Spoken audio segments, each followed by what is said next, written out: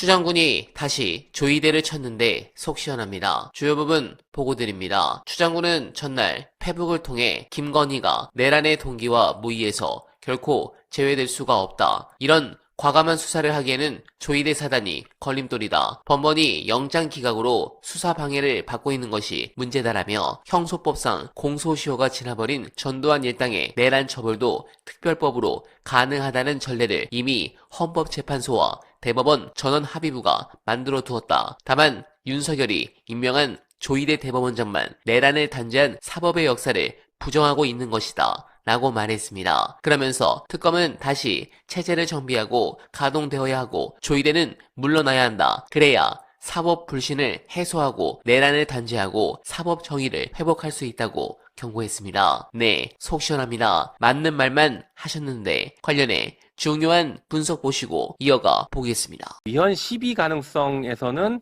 내란 재판과 관련해서는 자유로운 법이다. 상관없는 법이다. 라고 분명하게 좀 말씀드립니다. 근데 하나 또 중요한 거를 제가 말씀을 드려야 될 것 같은데요. 네. 두 가지네요. 하나는 사면 관련해서 이거 하나는 지기현이 무죄를 선고할 수 없을 거라는 희망으로 요 두 가지 간단히 좀 지적할게요. 먼저 사면 관련해서는 어제 우리 당에서는 원래 특별법에 있던 사면을 일반 사면법으로 보내서 거기서 처리하겠다라고 얘기하고 있는데 일반 사면법에서는 사면을 제한하기가 어렵습니다. 그러니까 대통령의 사면권은 헌법상 권한인데 일반 사면법에서 대통령의 사면권을 제한하는 것은 바로 위헌 논란이 발생합니다. 12.3 비상계엄이라는 특수한 상황에서 국민적 공감대가 형성돼서 이 사건에 한해서만 대통령의 사면권을 제한하는 것은 우리 헌법 체계하에서 용인될 수 있지만 일반적으로 다 제한하는 것은 오히려 헌법 체계하에서 용인되기 어렵다라고 봅니다. 실제로 김대중 대통령 같은 경우에도 내란 음모로 사형 확정됐다가 사면 복권돼서 대통령이 되셨습니다.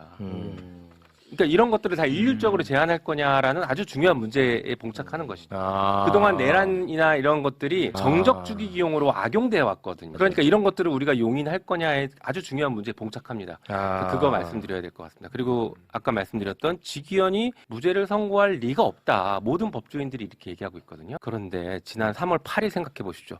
지기현이 윤석열 구속 취소할 리가 없다는데 해버렸지 않습니까? 해버렸잖아. 지난 5월 1일 날 한번 보시죠. 대법원 전원합의체가 대통령 후보를 바꿀 리가 없는데 했지 않습니까? 했잖아. 지금 그 할 리가 없다라는 것을 우리가 전제로 하면 안 됩니다. 오히려 지기현 판사 그 사람 개인의 입장에서 볼 때에는 과감하게 윤석열한테 유리한 판결하고 정치권 뛰어들 수도 있을 것 같아요. 그 사람 개인의 판단에서 어떤 게 더 유리할까를 생각할 수 있지 않을까 싶습니다. 그래서 우리가 무죄를 선고할 리가 없다. 특히 이진관 재판이 먼저 1월 18일에 선고되니 그걸 보고 나서 지기현은 나쁜 판결할 리가 없다라는 이 가정을 우리는 좀 버려야 될 수 있습니다. 근본적으로 다시 돌아와서 좀 고민해야 됩니다. 네, 공감합니다. 그런 부분에서 조이대를 언제까지 두고 봐야 할지 마음이 아픕니다. 조은석 특별검사팀은 지난 15일 수사 결과 발표에서 조 대법원장이나 천대엽 법원 행정처장 등이 계엄 사항을 준비하거나 논의하기 위한 간부회의를 개최한 정황이 확인되지 않았다며 무혐의 처분했습니다. 사법부의 내란협조 진상에 관한 사초를 쓰는 심정으로 수사에 임하겠다던 특검이 메모만 끄적이다만 느낌입니다. 제가 이상하게 보는 부분은 계엄의 경우